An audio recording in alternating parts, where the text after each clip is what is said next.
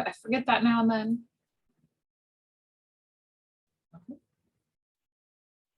Hello again, and welcome to this kickoff to our grant season. The 2022 Career Technical Education Grant Application Season is open. I'm Jewyl Alderson with the San Diego County Office of Education, and I'm part of our Innovation Division and support career readiness initiatives across the region.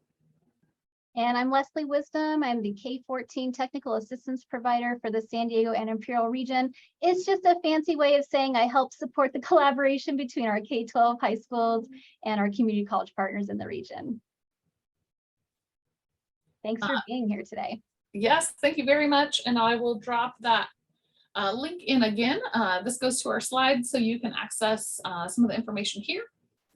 If you would like to come back and refer to it. So Leslie, go ahead. Yeah, I'm going to also just give a little, just to share, like we're going to go rapid fire through a bunch of information because we're comparing like two grants side by side, trying to give you high level information, but also some amount of detail so that you can make a better informed decision about which or both of these that you're going to apply for.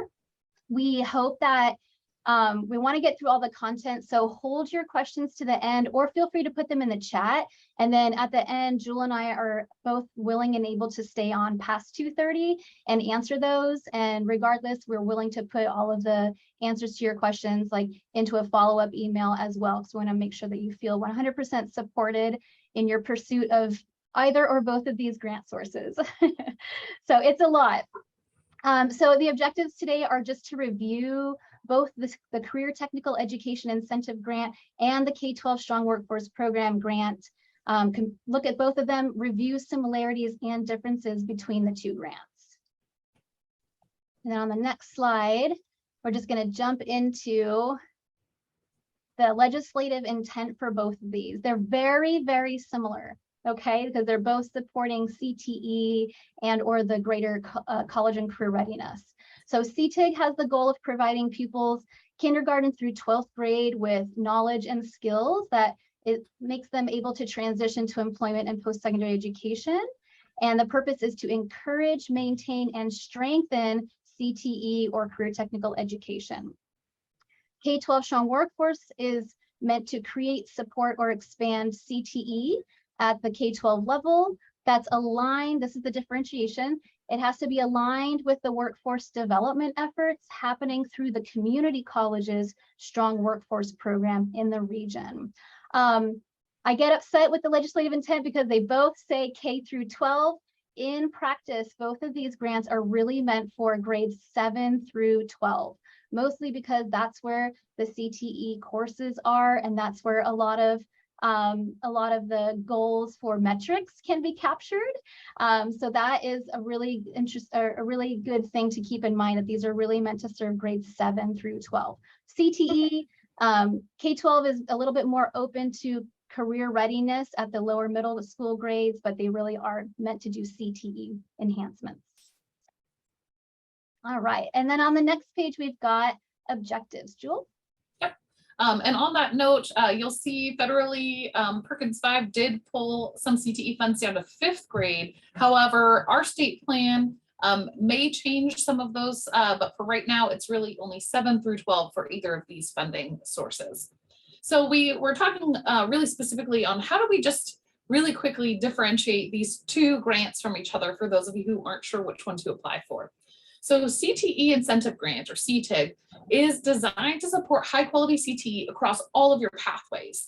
And so you can expand things, you can enhance things. This is great for your CTSOs, or a lot of, you'll see the 11 elements of a high quality pathway or their overall objectives.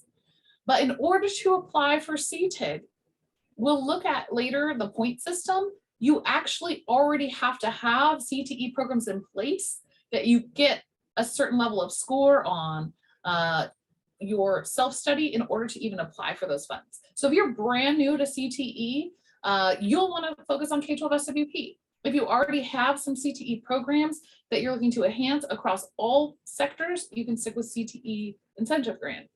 K12SWP is focused, as Leslie just said, on our priority sectors, the high wage, high growth sectors. It's really focused on that workforce piece. And so In this case, you'll be looking at using labor market information to help you apply. And so K12SWP is really designated for new programs, expanding programs, enhancing your programs that are focused on our high quality programs that have industry demand, whereas CTEIG doesn't require you to have that industry demand as long as it aligns to any of the sectors, but you do already have to have CTE in place. So those are some of the main differences in these two. And then when you get into K12SWP, we can see that this can be to have career exploration opportunities in that 7 through 12. It can build the foundational career path skills, the successful transitions from place to place, being thoughtful about the certificates, degrees, and transfers that our students get out of it. So really, as you think about this collaboration with the colleges and really being thoughtful about our students and their bigger pathway and transition, K12SWP is a great fit for that. I will point out real quick, sorry, to mention that with K12SWP, you do have to have an identified community college partner in your grant. So it's a great idea if you're going to go for K12 Strong Workforce, reach out to those college partners early and often to make sure that they're on board with how they're going to be a role and responsible for part of your project. And if you don't already have connections at the college, we actually have pathway coordinators, and there's a slide coming up that will have all of their contact information. So whichever college that you feed into, there's a person whose role is to help bridge from you to those college partners. And so you're definitely not alone in this. As you can see, we're trying to build a large structure to support you all as you go through this. The other piece you'll see is in K12SWP, you'll want to identify some of the equity gaps and use some of that language along the way in your application. No matter which one you're applying for, you will need to do the self-evaluation, and that is aligned to the 11 elements of a high quality career pathway. It was the previous version of what QAPJAC, which is the statewide committee, the Joint Pathways Committee, has approved.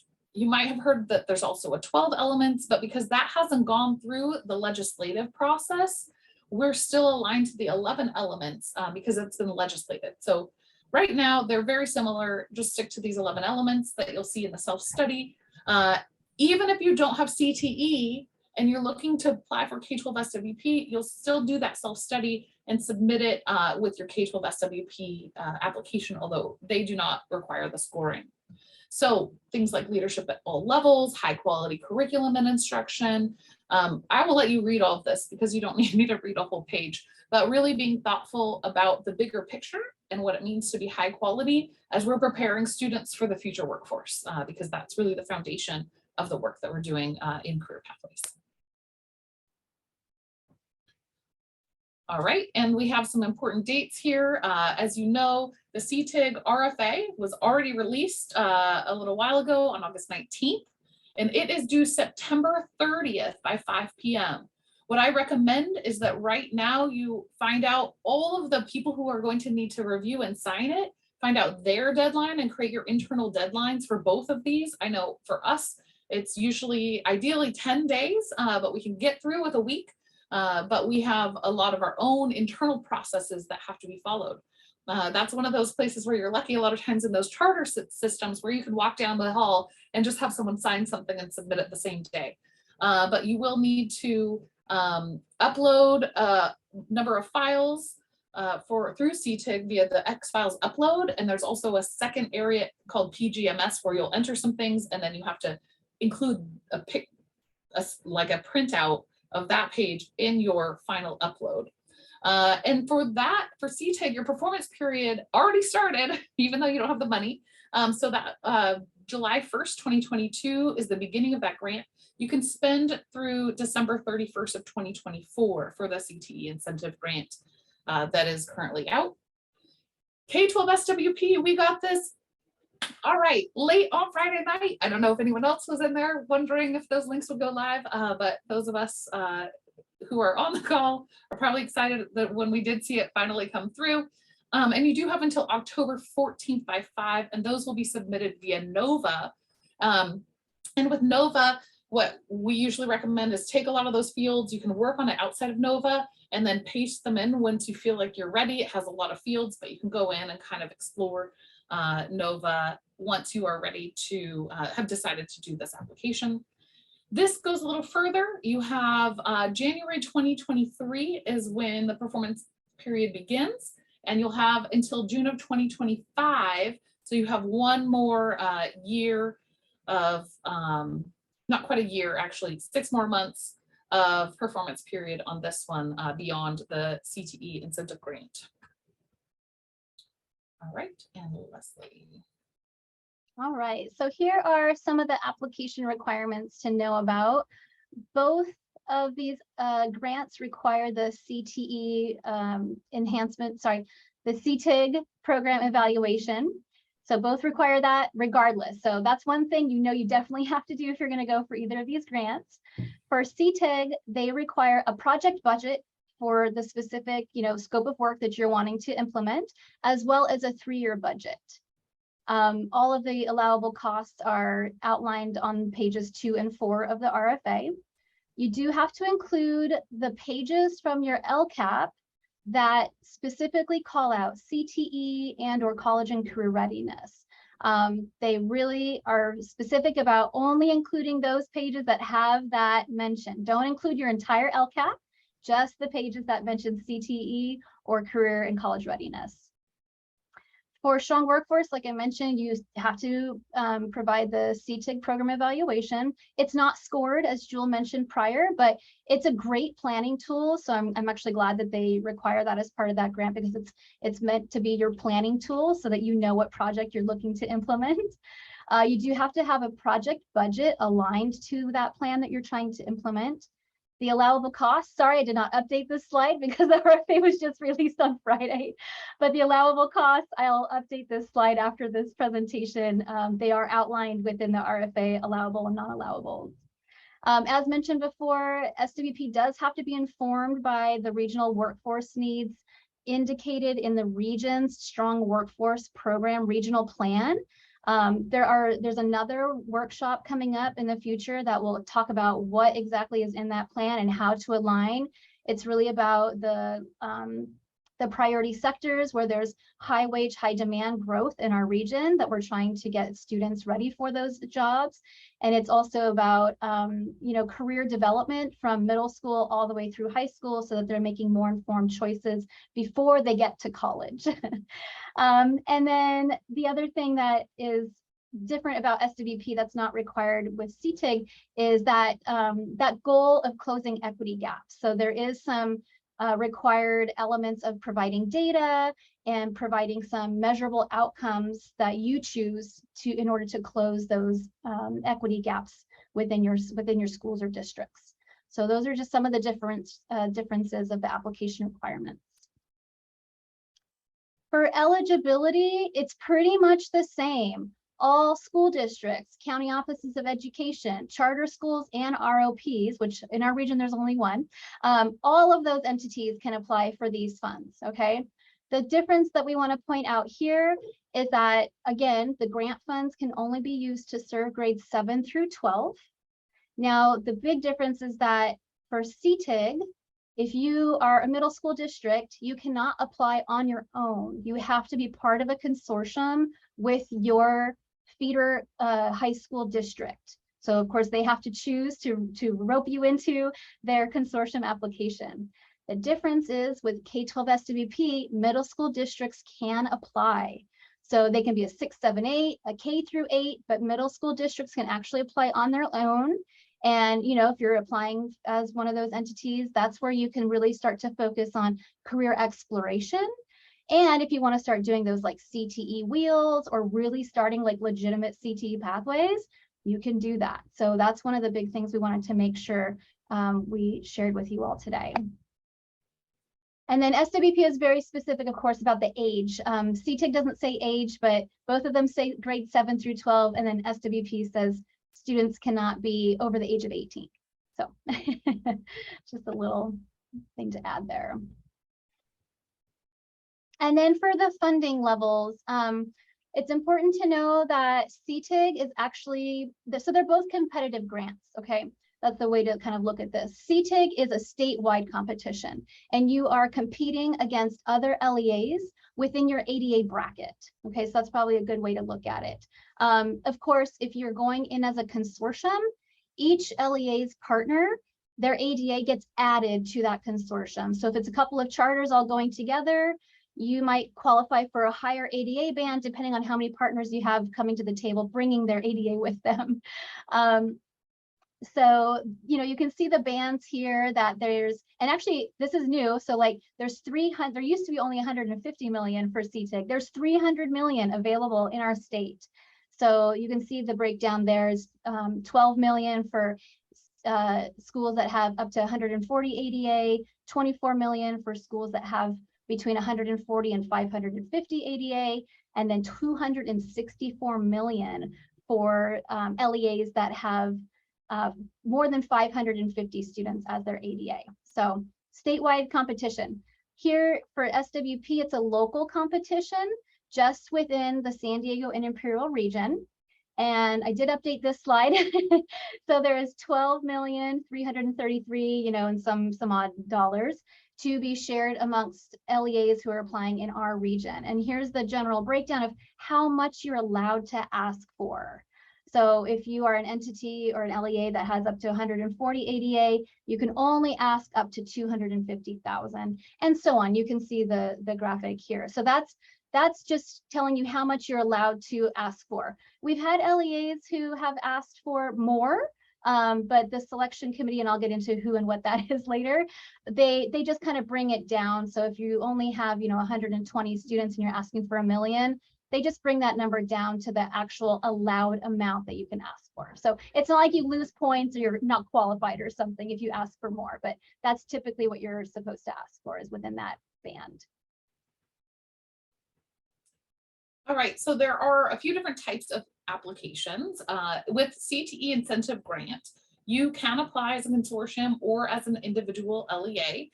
And the ADA will be split if you're applying as a consortium. And so you'll apply some of your LEA to the, or ADA to the consortium and some independently. And then the LEAs may only be part of 2 applications, one independent and one consortium app for CTE incentive grant. And again, those K8 LEAs can only apply as part of a consortium with their aligned high school district. And this is to ensure completer reporting, because for CTEIG, we'll talk about reporting next, but that's going to be a lot of your high school data through CalPads. And so that's why they want that alignment of your middle school and high school. In K12SWP, you can apply as a consortium or as an individual LEA. And ADA will not be split between them. They just kind of all combine whichever application you're in. And you may only be part of 3 applications. And so as an LEA yourself, you can apply for more than one application if you want to split your projects up, although that does turn into a lot of reporting. For those of you who might be new to the game, or you're a smaller LEA and you would be interested in participating in a consortium application, San Diego County Office of Ed, my team, and specifically Margie DeRuiter, who's on the call right now with us, we will be putting together a consortium application that is focused on small districts and districts who have just the middle school component, so that you're not having to go through the whole rigmarole independently. And so if you are interested in that, you can contact Margie, and then we also have a link here that allows you to join an information session specifically on that consortium on the 8th. And so I'll put the link to that webinar in the chat. When it comes to reporting requirements, they're fairly different. CTEIG, you have your first report and your final report. And so the first will come in January of 2024 and the final report in January of 2025, because remember, your expenditure, it needs to be complete in December of 2024 for this CTEIG grant. K12SWP has more progress reports along the way.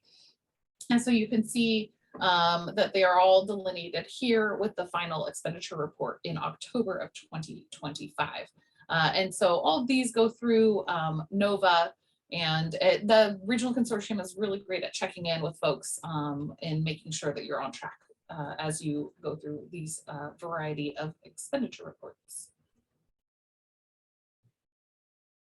Again, here is a little bit more detail of your, so for CTEIG, you're looking at completer data, CTE completer data. And so that's going to be submitted through CalPads in your normal roll-up of that data to the state.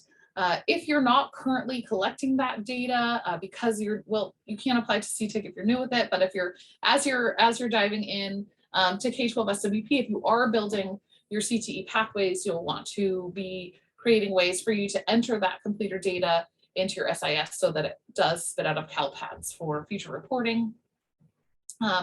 And then in K12SWP, you both generate the CalPads data, but also you submit the end of year files to CalPass Plus by November 1st. And so K12SWP does require you to sign an MOU with CalPads Plus and also submit your data through them as your form of reporting. I think we're back to Leslie. All right, so a little bit about the application review. So when you submit your CTEIG application, it's reviewed by California Department of Education College and Career Technical Division staff. Well, that was a mouthful. So they're the ones who read and review and score all the eligible applications. There's a total of 52 points possible for CTEIG, and you have to score a minimum of 27 to be considered for funding. So some of the breakdown of those points is your high quality CTEIG program evaluation has a possible 45 points, but you must score yourself a minimum of 24 points on this.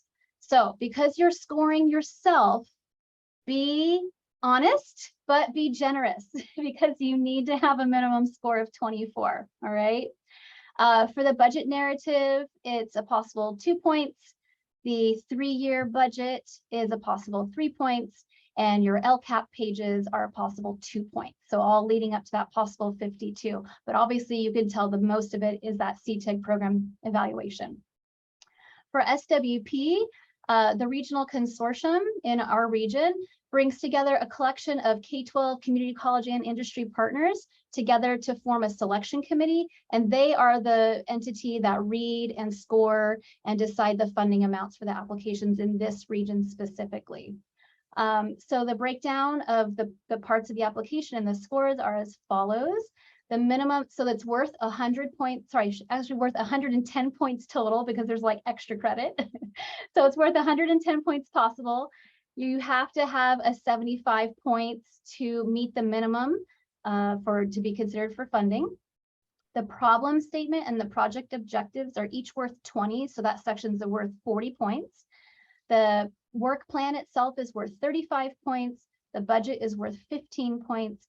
And then there is a section for positive considerations, which we're going to review on the next slide. And those are for extra up to 20 points. And then there are, like I mentioned, some extra credit points if you're a new applicant or you're doing a new pathway. So one of the things I want to make sure people pay attention to, there is a very detailed scoring rubric for SWP, more detailed this year than in the past, and I'm very thankful for that. Great point here is to follow the rubric while you're writing your application, right to the rubric, all right? And then that assures that you'll get more of those points in each of those sections. So now for positive considerations, both applications have positive considerations. The main differentiation is that for CTEIG, it leads to more money, and for SWP, it leads to more points. Okay, they have very similar positive considerations for both. So it's serving unduplicated pupils, pupils that have a higher than average dropout rate, programs that are in a state, in an area of the state with higher unemployment than the state average, offering existing programs or as a joint powers agency. So that's for CTEIG. Pretty much the same thing with K12SWP. They do have a couple added ones. So if you're serving special populations as defined in Perkins, if you are in a rural school district area, you get more points. And then as I mentioned, those extra credit, those 5 points at the bottom there, If you are a first-time applicant, meaning you've never received this funding before as a lead or as a consortium, you can get an extra 5 points. And if you're doing a new program, you can get an extra 5 points. The RFA is pretty clear about what that new is defined as. It's pretty loose, which I'm happy to see. So new program could simply be like automotive exists in one of your high schools, but not at all of them. So if you're going to do automotive in a different high school than before, that's technically considered a new program. So they're pretty loose with that new definition, which is really helpful. All right, and then we've got some workshops and presentations because we're almost out of time here. Fast and furious, right? So we've got lots of other things that we've put together to support you all in your pursuit of one or both of these grant funds. I won't read through it all here. The next one is tomorrow. So that's all about that CTEIG program evaluation, those 11 elements and how you're looking at your own programs holistically to score that. We have the lovely Kristen Areno, who's actually on the call today. She's going to be providing office hours tomorrow. So the intent is that you've either already reviewed her PowerPoint slides from last year and or watched her like 30-minute recording from her workshop last year, and you come with your questions so that she can support you through that. And there'll be lots of other people on the call too, I think, to share and support. And then of course, there's a whole list of additional presentations, workshops, office hours, whatever you need support with.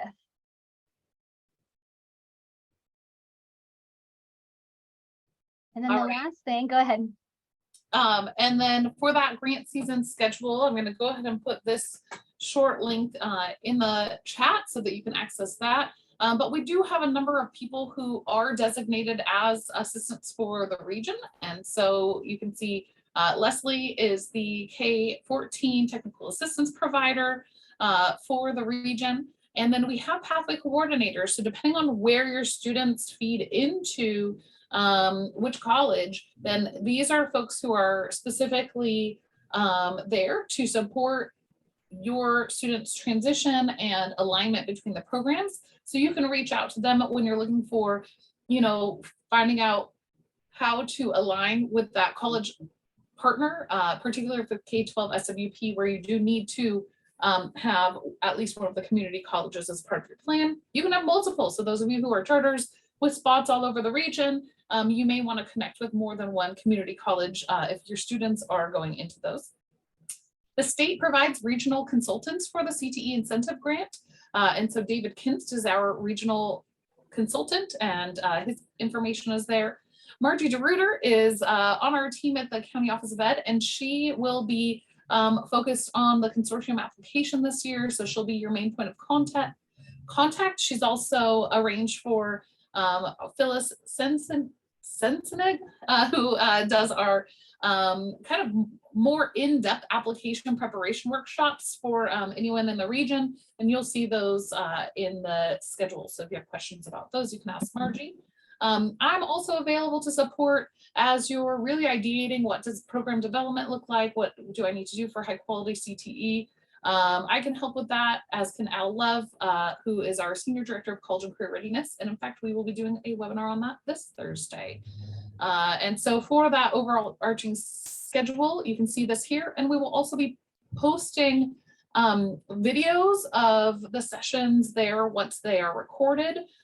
Maybe not for office hours when it's just Q&A, but for any slides-based type of session like this, you can always refer to that page. And this very presentation will be up later today as well.